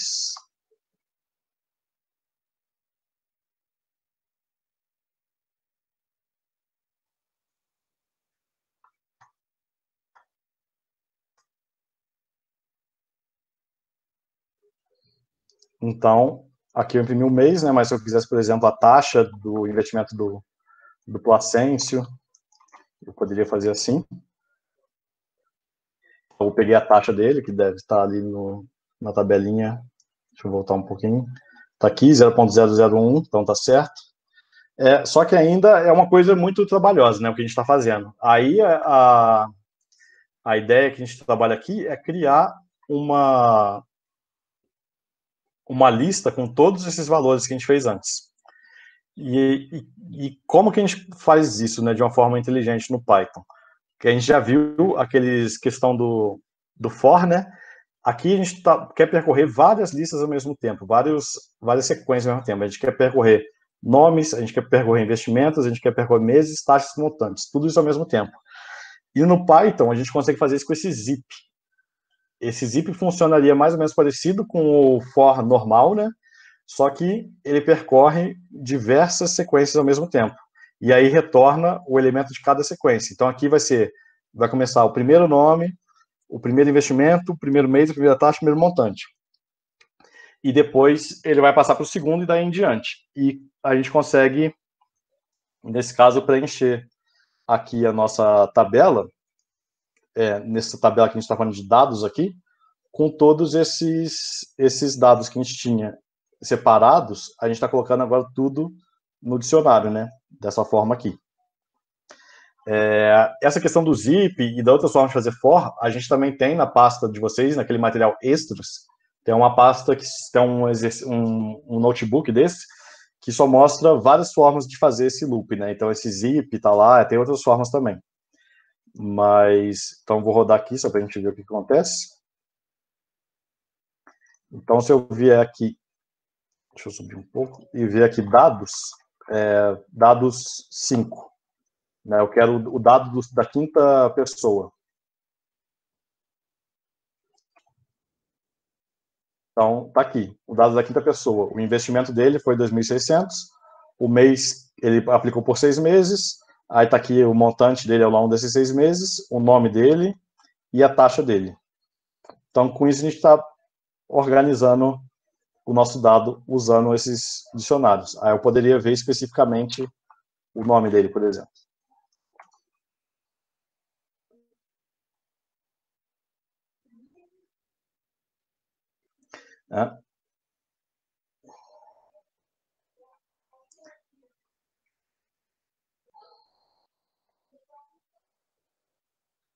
Então, dá para você fazer sozinho, sim,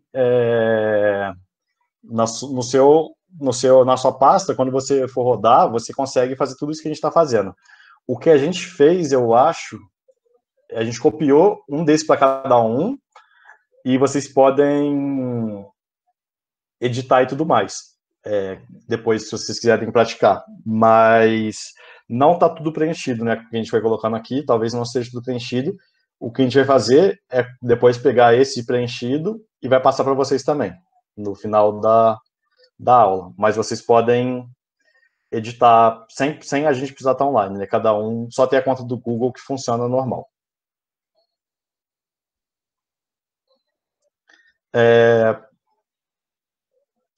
Tá. E aí, bom, a gente já tem essa tabela toda com o dado de todo mundo, tal, bonitinho. E como que a gente faz agora para acessar uma pessoa específica, né? A tabela tá várias linhas e cada linha da tabela é um dicionário, né? Cada elemento da lista, né, é um dicionário. Então, como que a gente faria para acessar uma pessoa específica? Seria dessa forma aqui, né? Se eu quisesse, se eu estou arrumando a tabulação que estava com 2 espaços.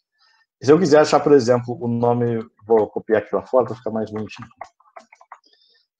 O nome do Hadouken, como que eu faço? Eu vou na minha lista e percorro ela toda, como a gente tinha visto antes, e aí eu verifico se o nome bateu com o nome daquele camarada, do Hadouken. E aí, bateu o nome, então eu vou pegar o investimento. O investimento do Hadouken é aquele que bateu com o nome. E então, no final, eu vou ter extraído só o investimento do Hadouken, dessa forma aqui. É uma forma que a gente tem de achar um valor específico naquele monte de elementos que a gente tinha na nossa tabela. E, então, ficou essa questão dessa tabela, talvez tenha passado rápido por causa do tempo, mas, como eu disse, vocês depois podem ver isso, o código, depois. E também a gente deixou o nosso e-mail, né, no topo do arquivo, tem um e-mail de todo mundo, então fiquem à vontade também para tirar dúvida depois. E aos 45 do segundo tempo, ficou como exercício final, a gente tentar pegar aquela ideia do gráfico que a gente fez anteriormente e colocar o de todo mundo.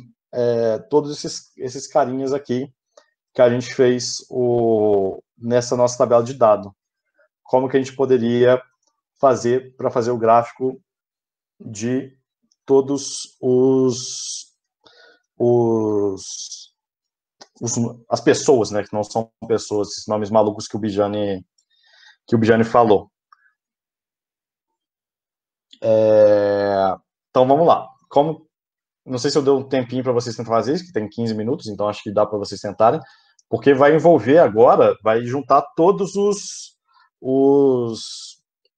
parâmetros, as coisas que a gente viu. Vai juntar for, vai juntar matplotlib, vai juntar dicionário.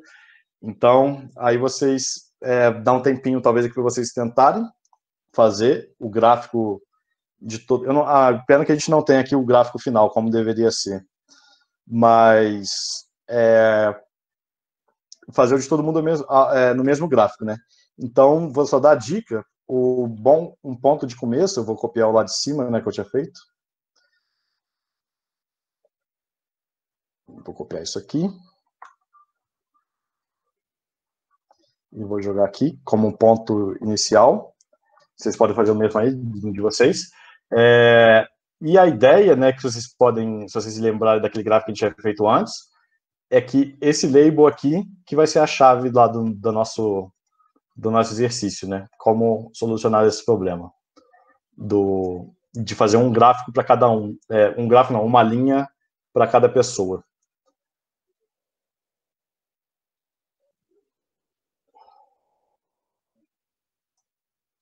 Então, vou dar alguns minutinhos para vocês tentarem. No caso aqui,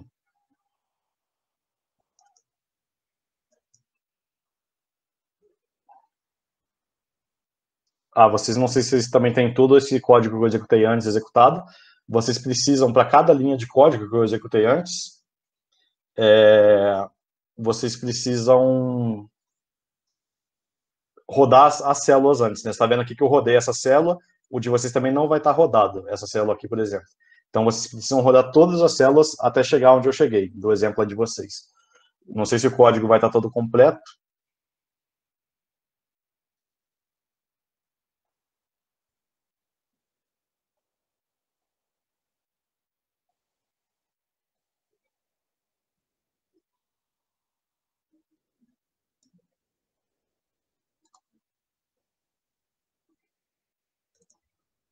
Mas vou dar esse tempinho aí para vocês testarem.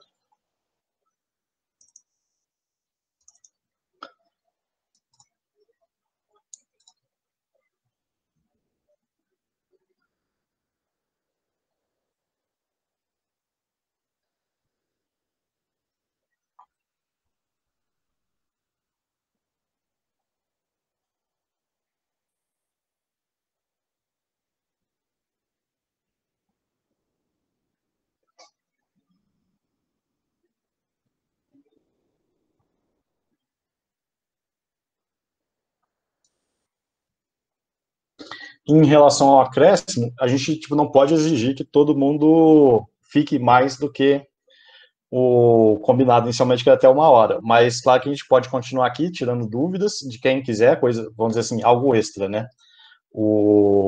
Mas que não vai acrescentar conteúdo pro dia 2, porque pode ser que a gente tem compromisso, 1 hora e tal. E aí...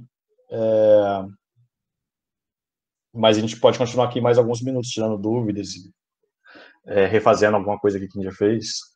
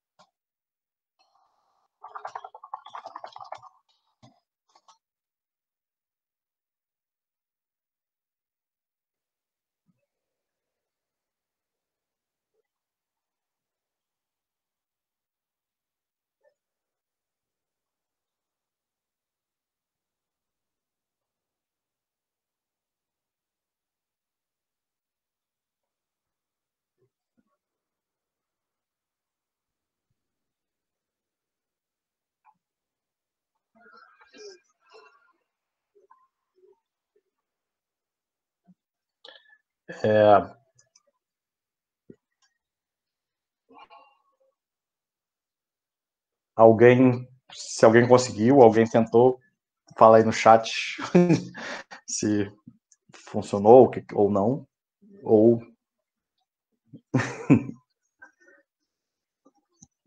foi muita informação em pouco tempo nesse finalzinho.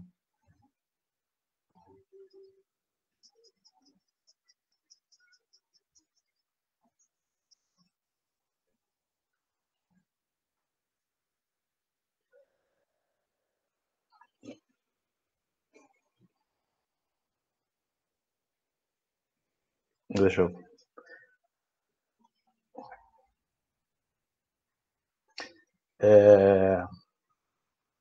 Bom, eu vou mostrar aqui rapidinho como é que é, porque só faltam 8 minutos, e a gente tem alguns anúncios relativos ao dia 2 para fazer, né? Aquela questão que a gente fala do início da enquete, dos temas, que aí tá passando os dados de cada um.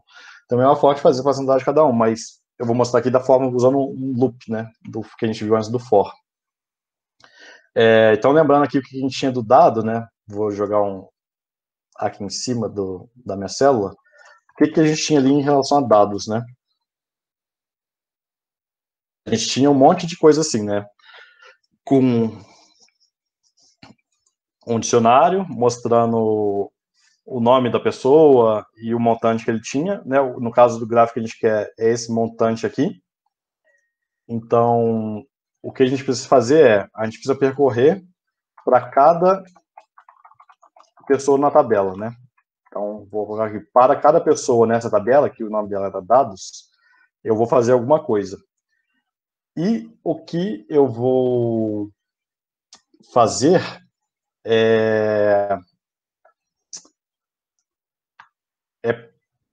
para cada pessoa, eu vou fazer um plot diferente. E isso aqui eu vou manter, porque o gráfico vai ser o mesmo para cada uma delas. Aí algumas coisas, né? Vamos tentar fazer direto aqui sem se preocupar muito com os problemas que vão surgir. Então, posso pegar aqui pessoa e eu quero o montante dessa pessoa, que é o que eu vou plotar. Então, vou plotar aqui pessoa e o montante dela. Então, vamos ver o que acontece se eu só deixar do jeito que está e executar.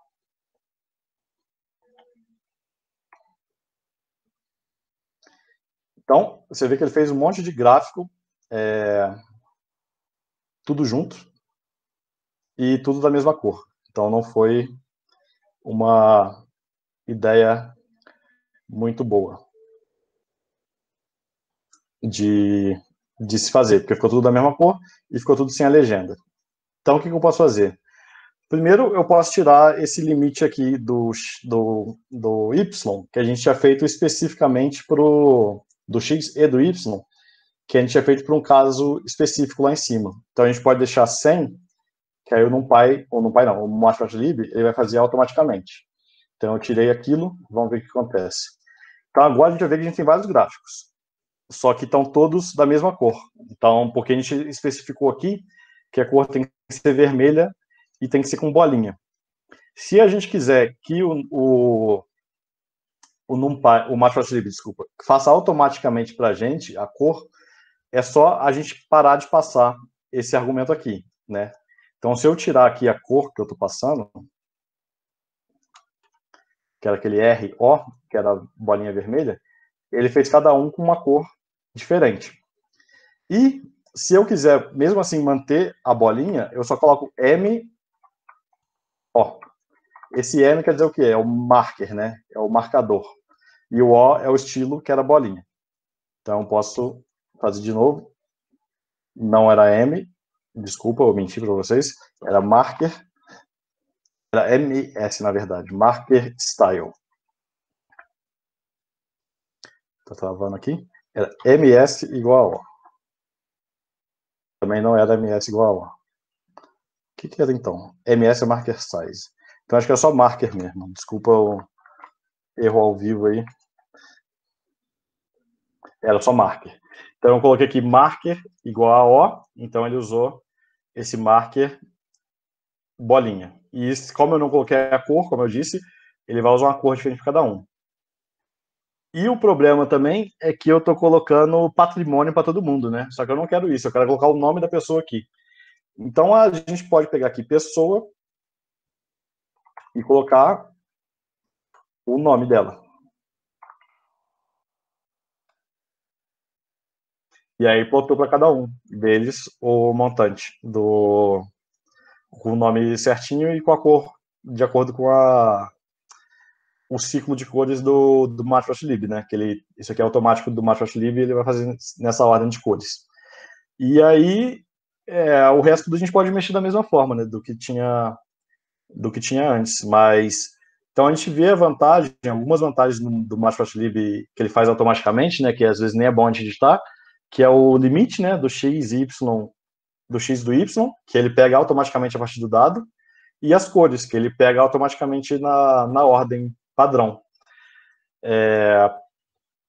E aí tinham outras opções que a gente poderia editar, né? Aí então vamos deixar na verdade esses últimos 3 minutinhos para dar os avisos referentes ao dia 2, que acho que vai ser o Rodrigo Mota, né, que vai fazer esses avisos. Então, até para você respirar um pouco aí, dar alguns avisos. Basicamente, nossa segunda aula, né, vai acontecer na quinta-feira, no mesmo horário. Aí tem a questão da enquete, né? A gente separou 8 temas, de novo repetindo, a gente separou 8 temas que tentou englobar um pouco de todas as áreas da geofísica, algumas áreas principais da geofísica. A gente vai disponibilizar essa enquete para vocês por e-mail, né? Com o e-mail o mesmo e-mail que a gente compartilhou, a pasta no Drive, essa lista de e-mail que a gente tem, a gente vai compartilhar essa enquete. Aí que a gente pede que vocês votem, né, nela, pode escolher até 3 opções, e as 3 mais votadas a gente vai trazer na quinta-feira para fazer a aplicação e explicar o código, o que a gente pensou na hora e tal. Se quiser votar uma, votar 2, enfim, pode até 3. A gente pensou em 3 porque cada um teria 1 hora cada um, e ainda sobraria mais 1 hora em questão de dúvidas e tal, e comentários finais.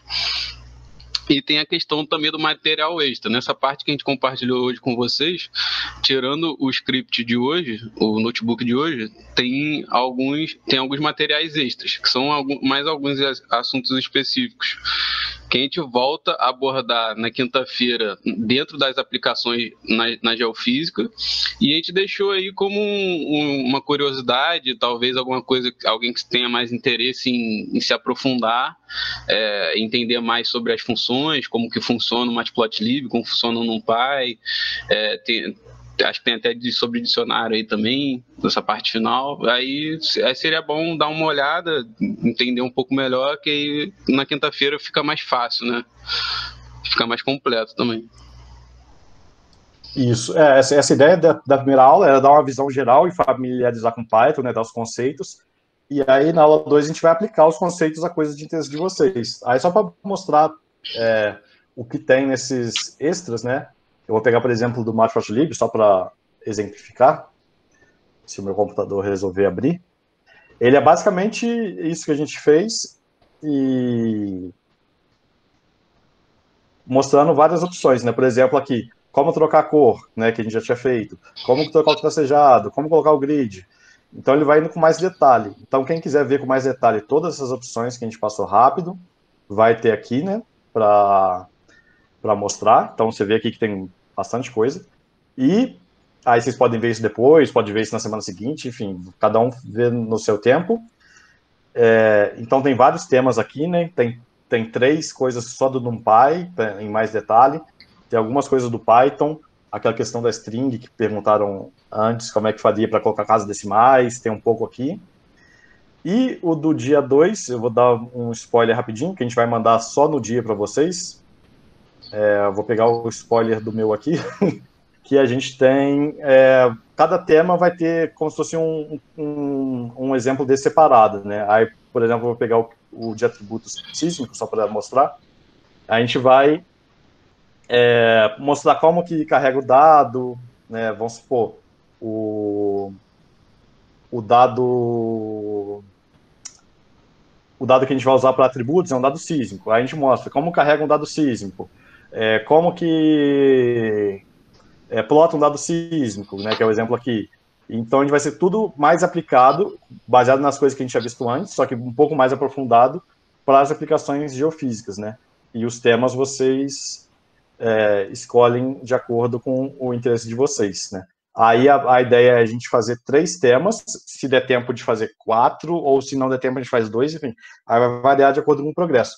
Mas a gente vai mandar todos eles para vocês, né? Todos os 8 a gente vai mandar para vocês, e aí vocês podem ver em casa depois, podem tirar dúvida com a gente. Por exemplo, a gente não votou no de cálculos petrofísicos, mas eu queria saber um pouco mais. Aí você manda um e-mail para a gente falando, olha, eu queria uma explicação melhor do cálculo petrofísico que não teve no curso. E aí, na medida do possível, a gente tenta ajudar vocês nos outros que não forem votados. Isso tudo, lembrando, mais uma vez, que vai ficar gravado no YouTube da GSS.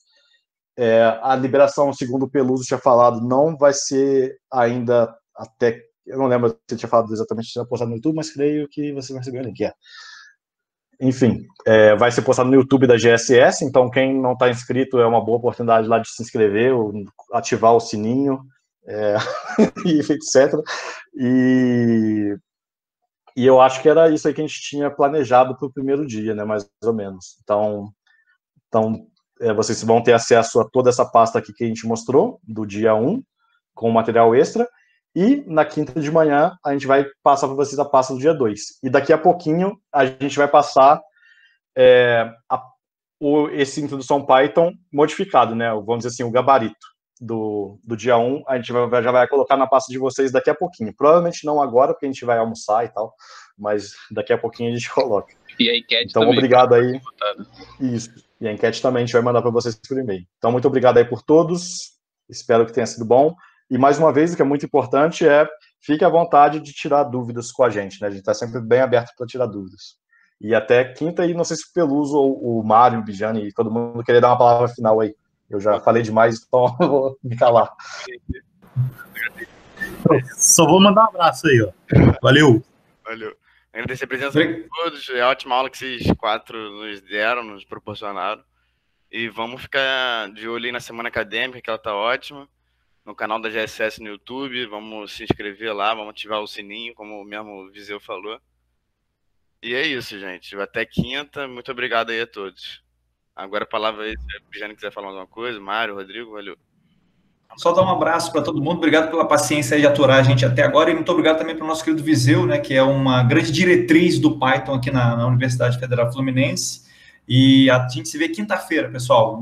Participem das enquetes lá que a gente vai enviar para vocês e façam um bom uso desse material, porque pode ter certeza que você vai tirar boas conclusões e fazer uso no futuro aí dessa plataforma. Viu? Um grande abraço e até quinta-feira. Queria agradecer a participação de todos também, mandar um forte abraço para todo mundo e até quinta a gente traz mais coisas aí.